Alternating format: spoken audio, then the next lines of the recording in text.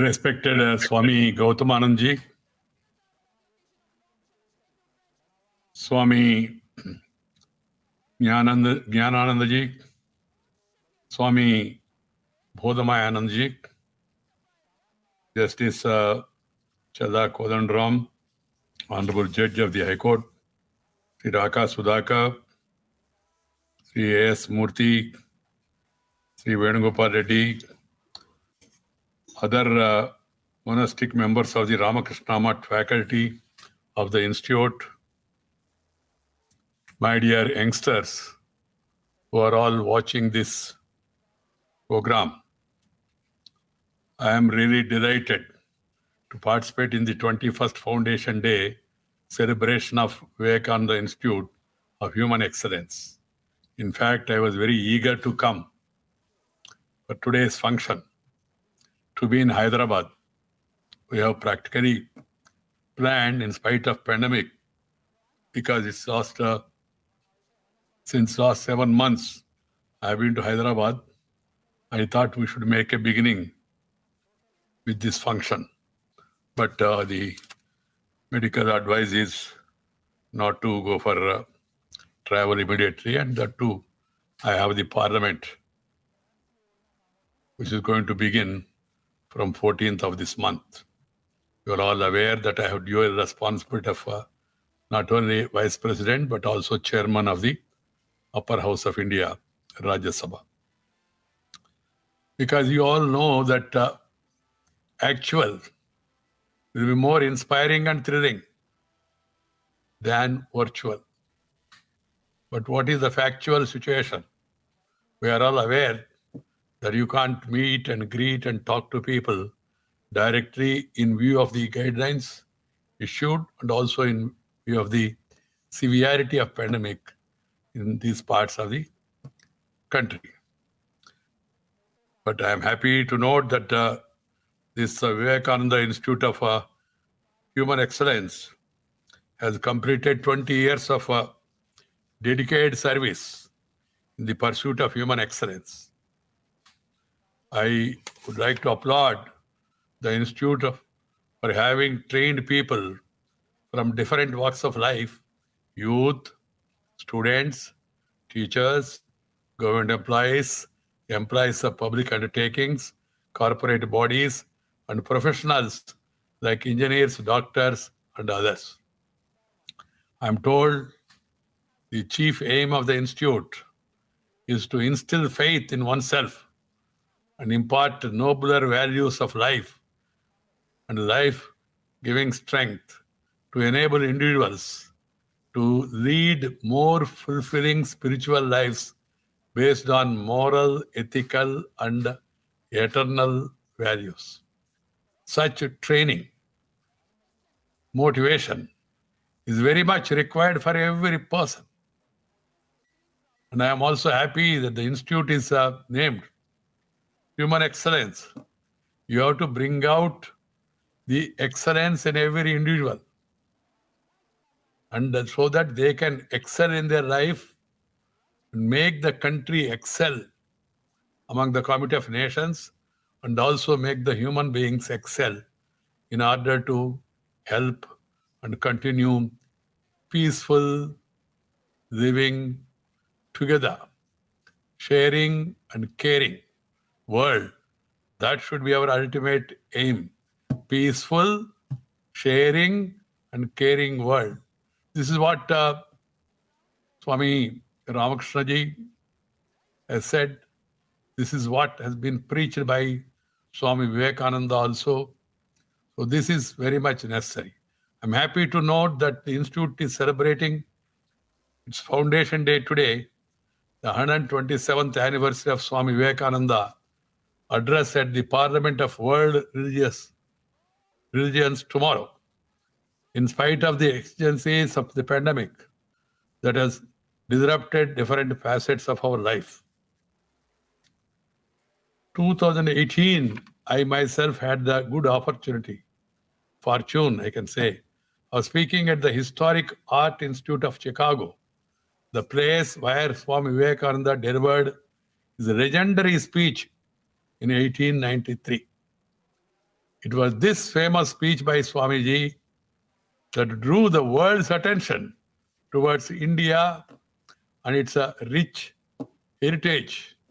He spoke about the antiquity of our culture and civilization, including its numerous achievements and remarkable contributions.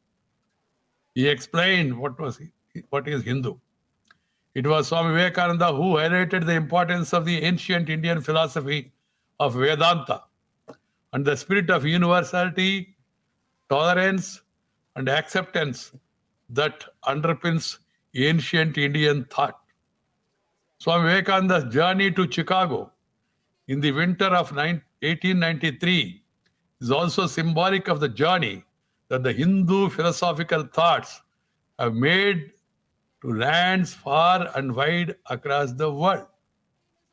1893 September 11th, Swami Vivekananda చికాగోలోని సర్వమత సమావేశంలో ప్రసంగించి చరిత్ర సృష్టించిన రోజు. తరువాత ఎన్నో నెలలు ఆయన పాశ్చాత్య దేశాల్లో పర్యటించారు. ఎందరో ప్రముఖులను మేధావులను కలుసుకున్నారు. ఆ పరంపరలో చికాగో నగరంలో అత్యంత ధనికుడైన రాక్ ఫెల్లర్ వివేకానందను కలిసి తన గొప్ప చెప్పే ప్రయత్నం చేశారు. వివేకానందునికి ఎంత ధనం కావాలంటే అంత ఇస్తానని చెప్పాడు. He met many people, intellectuals, and also the well-meaning citizens of Chicago. In that process, he met Rockefeller. Rockefeller came and met Swami Vivekananda, and he was trying to explain about his greatness, his richness, etc. And he also promised that he will give as much money as Swamiji wanted. So then Swamiji చెప్పాడు, మీరు కూడబెట్టిన ధనం నిజానికి మీకు చెందినది కాదు. The money which you have acquired is not in fact your personal money. This is the money which is given by the God to be spent for the humanity. But he kept it with you. You are a trustee. If you get more than that, please understand that's not your personal property. So please open your eyes and try to do good, something to the people. Then only you will have a meaningful wealth and you will have mental peace. So then this Rockefeller, he gave a big donation and kept the papers again, and then he wanted to show off his wealth. But Swamiji said, you have to thank me. Rockefeller was expecting Swamiji will thank him. Swamiji said, you have to thank me because your attitude, your approach to life and wealth has been changed by my advice to you. So many people, rich, they had a change of their heart after. When I read this, I felt very happy because there is a message by Swamiji. I have been fond votary of Swamiji's teachings since my college and university days. He was one of the tallest sons of India, a great spiritual teacher, and a true embodiment of Hindu culture. His thoughts on religion, spirituality, nationalism, education, philosophy, social reform, poverty alleviation, and empowerment of the masses, particularly women, have helped shape my own thoughts. His words have always remained an inspiration to me. Swamiji has understood the soul of the nation and the ethos of its culture and endeavored to rebuild it on the noble ideas that were enshrined in its spiritual foundations of Sanatana Dharma. The Indian Renaissance and Reformation movements in the 19th century reached peak with the coming of Swami Vivekananda on the national scene. He worked tirelessly for national transformation, cultural regeneration, and cultural renaissance started through his religious purification, spiritual emancipation, and social regeneration. To this day, Swamiji's teachings remain eternal edicts to the whole world. I feel that the youth of today must study the life and works of Swami Vivekananda and follow his message with heart and soul. It should, in fact, be part of the education. There cannot be better education than Swamiji's teachings. Today, we need many more education institutions that will take universal teachings of giants like Swami Vivekananda and Sri Ramakrishna Paramahamsa and their interpretations closer to the common man. My dear sisters and brothers, and particular youngsters, I see an imminent need to reimagine, reinvent, re-engineer the entire education system. If we are to effectively meet the many formidable challenges of the 21st century, the National Education Policy 2020 is a major step in that direction. Swamiji has just now has explained, Swami Gautamanandaji, the importance of education as explained by Swami Vivekananda. The present new education policy prepared by eminent educationalists of great knowledge that really helped to formulate proper thoughts. And now a new education policy 2020 has been placed before the country. The entire country should go through it and also understand the underlying message of the educational policy and utilize this opportunity to move forward. We have an immense opportunity before us in the form of a huge demographic dividend, and we must not fail to leverage this great competitive advantage. We must not only educate, but we must educate well. The quality of education is of crucial importance. Here I would like to emphasize that education meant not only to make a living and live a comfortable life, happy life. What is more important is education must enable every individual to become a well-rounded person with grit, moral courage, equanimity, empathy, and spiritual strength. Education is meant to enlighten and empower an individual.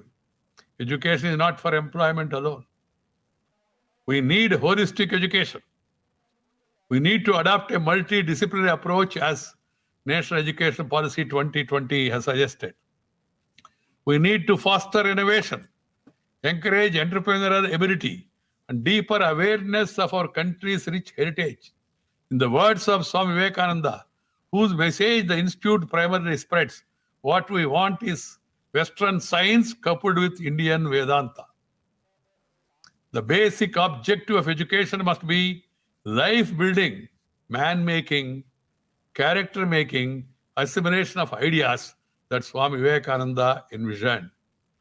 He wanted education to result in the creation of an integrated person, a person who is empathetic, active, competent, humble, and hardworking, a person who is open to new ideas, tolerant to different viewpoints, and committed to world peace and collaborative, collective human progress. To me, true education is the relentless pursuit of truth and the constant endeavor to improve the human condition. True education must empower our children to become responsible, reasonable, concerned, engaged citizens, not only of India, but of the world. Education must help our youth to develop critical thinking faculties, clearly identify the problems that plague humanity and come up with the definitive solutions. I have always maintained that any knowledge stream or scientific or technological progress that does not help solve the problems faced by the humanity, by the common man, is of very little use. Education must also encourage our children to take great pride in our ancient cultural heritage, and prepare them to be global ambassadors of our age-old values and morals. The pursuit of existence must be an integral part of our education system. Every child is unique, different, and has different capabilities and talents. So, recognize and then try to promote by encouraging. We must be able to recognize this fundamental fact and nurture and develop these unique faculties in the children. We not only need scientific and technocrats, but also artists and storytellers and poets. Excellence should be ingrained in the culture of our educational institutions. The quest for excellence must be encouraged. The cultivation of excellence takes discipline, single-minded focus, and determined effort. At this critical juncture in our country as a nation, excellence is imperative and mediocrity is no longer an option. I am hopeful that the Vivekananda Institute will keep up its quest for excellence. I am sure the new educational policy will facilitate India to fully realize the demographic dividend and make the country a knowledge and innovation hub in the 21st century.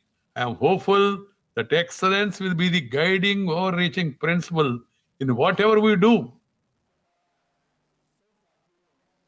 We should all try to understand what yoga is meant to be. Karmasu Kausalam, achieving high order skills and excellence, is also what Swami Vivekananda gave as a clarion call to the youth. Awake, arise, stop not till you achieve your goals. I once again wish the 21st Foundation Day celebrations of Vivekananda Institute of Human Excellence all the success, and my humble pranams to all these Swamijis who are all dedicating their life to spread the teachings and preachings of Swami Vivekananda for the betterment of humanity. As I told you, I would have been much more happy to be in Hyderabad and also to be amidst you. But I hope things will improve in the near future and we'll be able to meet personally and exchange ideas. I have in between spoke a little in my mother tongue, Telugu, because encouraging mother tongue is also an integral part of encouraging our culture and our heritage. Our children initially should be taught in mother tongue. Later, they must be exposed to all languages. That should be the design. And also, the example I gave about Rockefeller is to see that the younger generation also understand the meaning of the wealth, and the purpose of the wealth, and then move on in their life. Thank you very much. Namaskaram. Jai Hind.